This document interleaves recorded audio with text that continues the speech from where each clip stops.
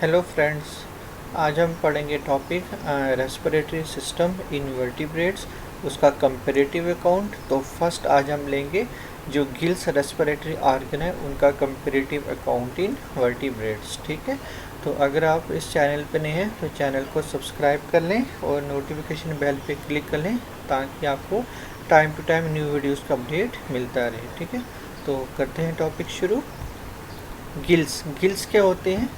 एक Gill is a respiratory organ. Gill एक respiratory organ होता है। मोस्टली होते हैं कहाँ पे? एक्वेटिक ऑर्गेनिज्म पे, जिनका क्या फंक्शन होता है कि वो एक्सट्रैक्ट करते हैं क्या? डिज़ोल्व्ड ऑक्सीजन जो वाटर में प्रेजेंट होती है। ठीक है, और बदले में क्या एक्सक्रीट करते हैं? Carbon dioxide. ठीक है, जिस तरह से लंग्स हमारे जो टेरेस्ट्रियल आप कह सकते हैं एनिमल्स हैं उस पे होते हैं, हम एयर से ऑक्सीजन को एक्सट्रैक्ट करते हैं, और गिल्स जो होते हैं वो वाटर से ऑक्सीजन को क्या करते हैं? एक्सट्रैक्ट करते हैं और कार्बन डाइऑक्साइड को एक्सक्रीट करते हैं। ठीक है, the gills of vertebrates typically develop in the walls of the pharynx. ठीक है, जो वॉल ऑफ द फेरिंक्स होती है वहाँ पे जो गिल्स होते हैं वो प्रेजेंट होते हैं along with A series of gill slits. ये इनकी ओपनिंग होती है जहाँ से जो आप कह सकते हो वाटर है वो बाहर की तरफ आता है। ठीक है, most species employ counter current exchange system to enhance the diffusion of the substance in and out of the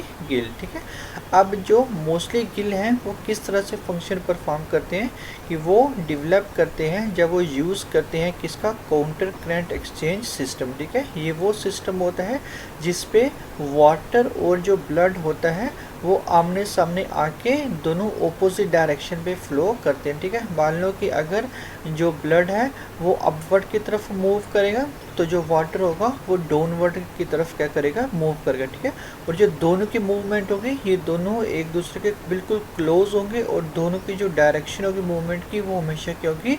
opposite होगी। इस मैकेनिज्म से क्या होता है कि जो डिफ्यूज़न का प्रोसेस होगा गिल पे वो काफ़ी तेज़ी से होगा। ठीक है, डिफ्यूज़न मतलब जो हम वाटर से ऑक्सीजन को एक्सट्रैक्ट करें वो काफ़ी तेज़ी से होगा, और जैसे वहाँ से आप कह सकते हो वाटर से ऑक्सीजन निकलेगा तो एकदम से जो ब्लड होगा वो उसको क्या करेगा? पिकअप कर लेगा। ठीक है, विद आप कह सकते हो with blood and water flowing in opposite direction to each other. जो हमने पहले कहा कि जो गिल है वो अपना फंक्शन जो बड़े अच्छे ढंग से करता है। किस प्रोसेस की मदद से? काउंटर करंट एक्सचेंज सिस्टम की मदद से। इस प्रोसेस में होता है कि जो ब्लड और वाटर है वो फ्लो करते हैं एक दूसरे के पास से बिल्कुल ऑपोजिट डायरेक्शन पे, जिससे जो डिफ्यूजन ऑफ सब्सटेंस है वो बड़ी एफिशिएंटली होता है। ठीक है, एफिशिएंटली यहाँ पे आप कह सकते हो ऑक्सीजन जो होगी वो वाटर से निकलेगी और जो कार्बन डाइऑक्साइड होगी वो ब्लड से निकलेगी और दोनों आपस में एक्सचेंज हो जाएंगे। ठीक है, the gills are composed of comb like filament. जो मेजर स्ट्रक्चर रहता है गिल का वो किससे बना होता है? गिल लैमेली से, जिसका ये फंक्शन होता है कि वो इंक्रीज करे surface area for oxygen exchange. इस तरह से हमारे लंग्स में आप कह सकते हो एलोविलाई का स्ट्रक्चर होता है जहाँ पे एक्सचेंज ऑफ गैसेस होती हैं, और वो भी आप कह सकते हो सरफेस एरिया इंक्रीज करती है ताकि हम ज़्यादा से ज़्यादा ऑक्सीजन को एक्सट्रैक्ट कर सकें। सेम उसी तरह से गिल्स में प्रेजेंट होती हैं गिल लैमेली जो इंक्रीज करती हैं सरफेस एरिया फॉर आप कह सकते हो एक्सचेंज ऑफ गैसेस जो ऑक्सीजन है। ठीक है, अब हम बात करते हैं कंपैरेटिव अकाउंट की। फर्स्ट हम बात करते हैं प्रोटोकॉर्डेट्स में जो गिल्स होंगे वो कैसे होंगे? A large and sieve like pharynx in majority of these animals perform dual function of respiration and trap food particles which are brought in through the current of water. ठीक है, अब जो प्रोटोकॉर्डेट्स हैं उनके पास क्या प्रेजेंट होता है? सीव like pharynx. ठीक है, सीव हो गया एक छानी की तरह फेरेंक्स पे वो आप कह सकते स्ट्रक्चर प्रेजेंट होगा, जिसका मेजॉरिटी फंक्शन क्या होता है कि जब भी वाटर अपने वो जो डिजॉल्व ऑक्सीजन के साथ उनके अंदर आए, उनके माउथ से अंदर आए, तो वो रेस्पिरेशन के साथ क्या लाता है? छोटे छोटे फूड पार्टिकल्स लाता है, और वो फूड पार्टिकल्स जो हैं वो वाटर से अलग होके उनके डाइजेस्टिव ट्रैक्ट पे इंटर हो जाते हैं। ठीक है, इट मीन्स जो वाटर उनकी बॉडी के अंदर आएगा उससे हम ऑक्सीजन तो एक्सट्रैक्ट करेंगे, साथ में वो अपने साथ क्या लाएगा? स्मॉल फूड पार्टिकल्स भी लाएगा। तो जो फेरिंक्स का फंक्शन होगा, जो सीव लाइक फंक्शन है, वो दो तरह के फंक्शन परफॉर्म करें। एक वाटर से ऑक्सीजन को भी एक्सट्रैक्ट करें, सेकेंडली जो उस पर सस्पेंडेड फूड पार्टिकल्स होंगे उसको भी क्या करेगा? वो एक्सट्रैक्ट करेगा। ठीक है, जो ब्लैनोक्लासिस है वो पोसेस करते हैं large pharynx having as many as 700 pairs of gill slits, ठीक है। जो ब्लैनोक्लासिस है उसके लार्ज फेरिंग्स में नियर अबाउट 700 पेयर्स ऑफ क्या प्रेजेंट होते हैं, गिल स्लिट्स प्रेजेंट होती है। अब इसके पास इतने ज़्यादा गिल स्लिट्स प्रेजेंट होने का क्या कारण है, वो है उसका हैबिट होता है उसका बोरोइंग नेचर, मतलब कि वो बिल्कुल नीचे एम्बेडेड रहता है सॉइल वाले रीजन पे, तो जहाँ पे आप कह सकते हो उसको ऑक्सीजन की अवेलेबिलिटी कम रहती है, इसलिए जितने ज़्यादा वहाँ पे उसके पेयर ऑफ गिल स्लिट्स ज़्यादा होंगे उतने ही वो एफिशिएंटली आप कह सकते हो ऑक्सीजन की नीड को क्या कर सकता है, पूरा कर सकता है, ठीक है। The free-living urochordates such as Salpa and Dolium do not possess many stigmata or gill slits as their entire body is permeable to oxygen, ठीक है। अब जो यूरोकॉर्डेटा पे मोस्टली हम डिस्कस करते हैं एस्केडियन को, ठीक है। एस्केडियन के अगर आपने स्ट्रक्चर देखा होगा तो उसकी पूरी बॉडी कैसी होती है, आप कह सकते हो उसकी पूरी बॉडी इनलार्ज और परफोरेटेड होती है, और उसके पास कौन सा स्ट्रक्चर प्रेजेंट होता है, स्टिग्मेटा का, ठीक है, जो उसका फिल्टर फीडिंग एज वेल आप कह सकते हो कि वो ऑक्सीजन एक्सट्रैक्शन में क्या करता है, वो हेल्प करता है, ठीक है। और इन स्टिग्मेटा का नंबर एस्केडियंस में कितना होता है, नियर अबाउट 2 लाख होता है, ठीक है। और जो दूसरी इसकी एग्जाम्पल है सैल्पा और डोलियम, इसमें क्या होता है कि उसके पास स्टिग्मेटा का स्ट्रक्चर प्रेजेंट नहीं होता, उसकी पूरी बॉडी ही कैसी होती है, परफोरेटेड होती है, और वो आप कह सकते हो परमिएबल टू क्या होती है, वो ऑक्सीजन होती है, ठीक है। अगर हम सिफेलोकॉर्डेट्स की बात करें, उनके भी फेरिंग्स जो है वो दोनों filter feeding as well as respiration दोनों का फंक्शन क्या करती है, परफॉर्म करती है, और उनके पास भी 150 से 200 पेयर्स ऑफ गिल स्लिट्स क्या होती है, प्रेजेंट होते हैं, ठीक है। जिस तरह से प्रोटोकॉर्डेट भी जो फेरिंग्स है वो रेस्पिरेशन और फिल्टर फीडिंग जो फूड पार्टिकल्स को ट्रैप का फंक्शन परफॉर्म करता है, सेम उसी तरह से सिफेलोकॉर्डेट्स का भी जो फेरिंग्स है वो फिल्टर फीडिंग, मतलब कि जो वाटर आ रहा है उसमें से चीज़ों को फिल्टर करेगा, जो उसके रिक्वायर्ड मटेरियल होगा वही उस अपने बॉडी के अंदर इंटर होने देगा, अदरवाइज बाकी जो लार्ज साइज पार्टिकल होगा उसको पहले से वो उसकी बॉडी के अंदर इंटर होने नहीं देगा, ठीक है। जो ये चीज़ इंटर होगी वो होगी विथ वाटर। देन नेक्स्ट आ जाता है गिल्स ऑफ साइक्लोस्टोम्स। साइक्लोस्टोम्स को हम एक नेथा भी कहते हैं क्योंकि इनके पास जांच प्रेजेंट नहीं होते। एक नेथा हैव 6 से 15 पेयर्स ऑफ गिल पाउच, ठीक है। इनके पास मिनिमम 6 और मैक्सिमम 15 पेयर्स ऑफ क्या होते हैं, गिल पाउट्स होते हैं, which are lateral extension of pharynx. जो हमें पहले कह रहे हैं कि जो भी गिल का स्ट्रक्चर होगा वो हमेशा उनके फेरिंग्स वाले स्ट्रक्चर पे क्या होगा, प्रेजेंट होगा, ठीक है। And contain gill lamellae within, ठीक है। Cyclostomes are called marsipobranchs which means pouched gills, ठीक है। जो इनका स्ट्रक्चर होता है वो हम कहते हैं इनके गिल्स तो प्रेजेंट है, बट गिल्स उनके किस पे प्रेजेंट है, पाउच लाइक स्ट्रक्चर में, ठीक है। इसलिए उनको हम पाउच्ड गिल्स भी कहते हैं। अगर हम लैम्प्रे की बात करें तो जिसको हम पेट्रोमाइजन कहते हैं, उसके एम्ब्रियोनिक स्टेज पे 8 जो गिल स्लिट्स प्रेजेंट होंगे, और जो 7 जो अडल्ट होगा उनके पास 7 पेयर्ड गिल पाउच क्या होंगे, प्रेजेंट होंगे, जो एक्सटीरियरली ओपन होते हैं इंडिपेंडेंटली, ठीक है। अब इंडिपेंडेंट का क्या मतलब है, हमने कहा कि 7 पेयर्ड गिल पाउच प्रेजेंट होगी इन केस ऑफ अडल्ट। आप देख सकते हो 1 2 3 4 5 6 और 7, ठीक है। जो 7 गिल स्लिट्स या गिल पाउच के होंगे इसके पास प्रेजेंट होंगे, और हर एक गिल इंडिपेंडेंटली बाहर की तरफ क्या हो रहा है, वो ओपन हो रहा है, ठीक है। देन नेक्स्ट जो साइक्लोस्टोम पे आते हैं वो होते हैं हैगफिश, जिसको हम कहते हैं Myxine, has only 6 pairs of gill pouch, ठीक है। लैम्प्रे अडल्ट के पास 7 थे, इसके पास कितने, 6 pairs of gill pouch whose ducts join together and open to the exterior, ठीक है। अब जो हमने इसके कंडीशन पे कहा पेट्रोमाइजान पे, इस पे हमने ये कहा कि जो इनके गिल पाउच हैं वो इंडिपेंडेंटली क्या हो रहे हैं, बाहर ओपन हो रहे हैं, ठीक है। बट इन केस ऑफ हैग फिशेज जितने भी इनके 6 पेयर ऑफ गिल पाउच हैं, इनकी जो ओपनिंग है वो इंडिपेंडेंटली बाहर की तरफ ओपन ही होंगी। ये सारी ओपनिंग आपस में ज्वाइन होके एक सिंगल पेयर ऑफ ओपनिंग से वो बाहर की तरफ क्या होंगे, वो ओपन होंगे, ठीक है। अब जो बिडेलोस्टोमा है वो कैरीज करता है 6 से 15 पेयर्स ऑफ गिल पाउच, ठीक है, जो वेरी करेगा डिफरेंट स्पीशीज में, और ये भी ओपन होगा आउटसाइड इंडिपेंडेंटली, ठीक ठीक है। इट मीन्स कि जो बेटालोस्टोमा और जो लैम्प्रे हैं, इन दोनों की जो गिल पाउच की जो ओपनिंग होगी वो इंडिपेंडेंटली ओपन होगी, बट जो माइजिन हैग फिशेज है इनके गिल पेयर्स बाहर की तरफ सिंगल ओपनिंग नहीं होगी, उनके गिल पाउच के सारे ओपनिंग कंबाइन होके एक कॉमन ओपनिंग से बाहर की तरफ क्या होंगे, वो ओपन होंगे, ठीक है।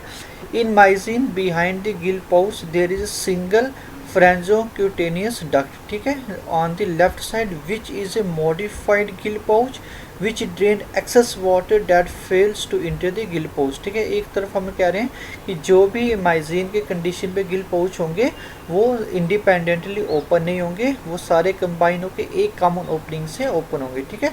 अब दूसरी तरफ से क्या रहे, जो लास्ट वाला गिल पाउच होगा वो इसका क्या हो जाता है, मॉडिफाइड होके वो क्या बना देता है, एक सिंगल फ्रेंजोक्यूटेनियस डक्ट, और ये प्रेजेंट होती है लेफ्ट साइड पे। इसका क्या फंक्शन होता है कि जो माउथ से वाटर आ रहा है, जो गिल पाउच पे ना इंटर होते हुए डायरेक्ट पीछे की तरफ आ रहा है, बैकवर्ड डायरेक्शन पे जा रहा है, तो वो जो एक्सेस वाटर होगा वो डायरेक्टली इसी ओपनिंग से बाहर की तरफ क्या हो जाएगा, रिमूव हो जाएगा या एक्सक्रीट हो जाएगा, ठीक है। इट मीन्स कि ये वाली जो डक्ट है इसका ये फंक्शन होता है कि ये एक्सेस वाटर को उसकी बॉडी से जो फेरिंग्स वाले रीजन से क्या करे, ड्रेन करे, ठीक है। देन अगर हम बात करें गिल्स इन इलास्मोब्रैंक्स की, most elasmobranchs possess 5 pairs of gill slits, ठीक है। जो भी इलास्मोब्रैंक कार्टिलेजिनस फिशेज हैं इनके पास 5 pairs of gill slits present होते हैं। उनकी पोजीशन कैसे होते हैं, लेटरली सिचुएटेड होते हैं, ठीक है। In case of laterally situated होंगे इन केस ऑफ शार्क्स, और वेंट्रली प्लेस्ड होंगे इन केस ऑफ रेज, ठीक है। There is no upper covering the gill slits in cartilaginous fishes, ठीक है। अब जो इनके गिल स्लिट्स होंगे, जैसे मैं आपको यहाँ दिखाता हूँ डायग्राम पे, ये जो इनके गिल स्लिट्स या गिल ओपनिंग है, इनको कवर करने के लिए जो एक फ्लैप है जिसको हम कह रहे हैं अपर वो इन कार्टिलेजिनस फिशेस में क्या होता है, एब्सेंट होता है, ठीक है। अपर मतलब गिल कवरिंग, जो ये बाहर की तरफ इस तरह से प्रेजेंट होती है, वो हम आगे देखेंगे बोनी फिशेज में कैसे प्रेजेंट होती है। In case of cartilaginous fishes उनके गिल को कवर करने के लिए अपर की कवरिंग क्या होती है, एब्सेंट होती है, ठीक है। A pair of spiracle present होता है, जैसे आप देख सकते हो, आप देख सकते हो इसके पास भी कितने प्रेजेंट होते हैं, 1 2 3 4 पेयर इसके कंप्लीट होते हैं, और एक पेयर होता है इसका हाफ, ठीक है। अब जो इसका हाफ पेयर है उसको क्या नाम दे रहे हैं, हेमी मीन्स किसका होगा, हाफ एक ब्रैंक को प्रेजेंट होगा, और जो ये इसके कंप्लीट प्रेजेंट होंगे, इसके ब्रांच या गिल स्लिट्स कंप्लीट प्रेजेंट होंगे, उसको हम क्या नाम देंगे, होलो ब्रैंक, ठीक है। होलो ब्रैंक मतलब वो होगा कि जिसके, जैसे यहाँ पे बताता हूँ, जो बीच पे आपको बिल्कुल हॉलो एक स्पाइन लाइक, जो आप कह सकते हो बिल्कुल एक फाइन रॉड नज़र आ रही है, इसको हम नाम देते हैं गिल सेप्टम या इंटर ब्रैंकियल सेप्टम, ठीक है। अब इस इंटर ब्रैंकियल के एक हाफ पे भी आप देख रहे हो कि गिल का स्ट्रक्चर प्रेजेंट, गिल लैमली का स्ट्रक्चर प्रेजेंट है, और दूसरी तरफ भी गिल लैमली का स्ट्रक्चर प्रेजेंट है, ठीक है। अगर एक गिल सेप्टम के दोनों साइड पे ये गिल लैमली का स्ट्रक्चर प्रेजेंट होगा तो उसको हम क्या कहते हैं, होलो ब्रैंक, मतलब कि 2 गिल लैमली प्रेजेंट होनी चाहिए, ठीक है। अगर यही लैमली का एक स्ट्रक्चर अगर प्रेजेंट होगा तो उसको हम क्या नाम देंगे, हेमी ब्रैंक, ठीक है, ठीक है। या हेमी ब्रैंक कह सकते हो, या उसको आप कह सकते हो डेमी ब्रैंक। डेमी ब्रैंक हम उस कंडीशन पे कहेंगे जो यहाँ पे इसके इंटर ब्रैंकियल सेप्टम के एक साइड पे वो प्रेजेंट है, ठीक है। अब जो ये आप कह सकते हैं हेमी ब्रैंक है, इसका एक पार्ट जो है वो मॉडिफाइड होके या रिड्यूस्ड होके क्या बना देता है, स्पाइरेकल एक circular C opening at the front of the mouth, ठीक है। अब हम डिस्कस करते हैं इसको टेक्स्ट पे। क्या है, a pair of spiracle is present in elasmobranch anterior to first gill के आगे वो प्रेजेंट होता है, which correspond to the vestigial primitive first gill slit. जो हमने कहा कि हेमी ब्रैंक का जो हाफ वाला पार्ट है वो मॉडिफाइड होके बना रहा है, जो रिड्यूस्ड होकर क्या बना रहा है, पेयर ऑफ स्पाइरेकल, ठीक है। A demibranch is a bunch of gill lamellae attached on one side of the interbranchial septum. जो हमने पहले कहा कि डेमी ब्रैंक होगा कि जिसपे हाफ लैमली का स्ट्रक्चर अगर एक इंटरब्रैंकियल की लेफ्ट या राइट वाली साइड पे एक साइड अगर प्रेजेंट होगा तो एक गिल लैमली को हम सीधा क्या नाम दे सकते हैं, डेमी ब्रैंक, ठीक है। Hence there are altogether 9 pairs of demibranchs in elasmobranch, ठीक है। अब 9 पेयर आप देख सकते हो कि किस तरह से हम कह रहे हैं, जैसे हमने ये कहा कि 4 तो फुल हैं, एक तो इस गिल सेप्टम के दोनों तरफ प्रेजेंट है, ये हो गए 2, ये 2 4, ये 6 और ये 8, और ये एक हाफ प्रेजेंट हो गया ये, ठीक है। 4 तो कंप्लीट हो गए, तो ये हो गए 8, क्योंकि एक गिल सेप्टम के दोनों तरफ प्रेजेंट है। 8 डेमी ब्रैंक ये हो गए और एक हाफ प्रेजेंट हो गया इसके आगे, इसलिए हम कह रहे हैं इसके पास 9 पेयर्स ऑफ डेमी ब्रैंक्स प्रेजेंट होंगे। ठीक है, 9 हो गए डेमी ब्रैंक। और उसके बाद between the two demibranch line the interbranchial septum, जो हमने पहले कहा, जो बीच में आपको एक हॉलो रॉड लाइक स्ट्रक्चर नज़र आ रहा था, और इसको कौन सपोर्ट करता है, गिल कार्टिलेज का स्ट्रक्चर। ठीक है, और anterior to the first gill slit हम कह रहे हैं वहाँ पे क्या प्रेजेंट है, स्पाइरेकल। ठीक है, अब the base of the arc में आल्सो सपोर्ट गिल रैकेट। ठीक है, ये भी हमको बता दूँ कि क्या स्ट्रक्चर है। गिल रैकर का स्ट्रक्चर होता है ये, जो किस तरफ ओरिएंटेड होता है, ये होता है इसके फेरिंक्स वाले रीजन की तरफ। इसका फंक्शन ये होता है कि क्या होना चाहिए कि जब वाटर यहाँ से माउथ से इसके बॉडी के अंदर इंटर हो रहा है, तो हो सकता है वाटर के साथ कोई और सस्पेंडेड पार्टिकल भी आए, तो ये गिल रैकर उस सस्पेंडेड लार्ज पार्टिकल को यहीं पे ट्रैप कर देगा और उसको आगे जो सॉफ्ट गिल लैमेला के स्ट्रक्चर की तरफ इंटर होने नहीं देगा। अगर वो इंटर हो जाएगा तो इस गिल लैमेला के स्ट्रक्चर को वो क्या कर सकता है, डैमेज कर सकता है। इसलिए वो क्या करता है, गिल रैकर कोई भी सस्पेंडेड पार्टिकल वाटर पे होगा तो वो उसको क्या कर देगा, रोक देगा वहीं पे। ठीक है, इट मीन्स गिल रैकर एक प्रोटेक्शन की तरह काम करेगा कि कोई भी पार्टिकल इस सॉफ्ट गिल लैमेला की तरफ मूव ना कर सके, सिर्फ वाटर ही एलो करे इस गिल लैमेला को क्रॉस करने में। ठीक है,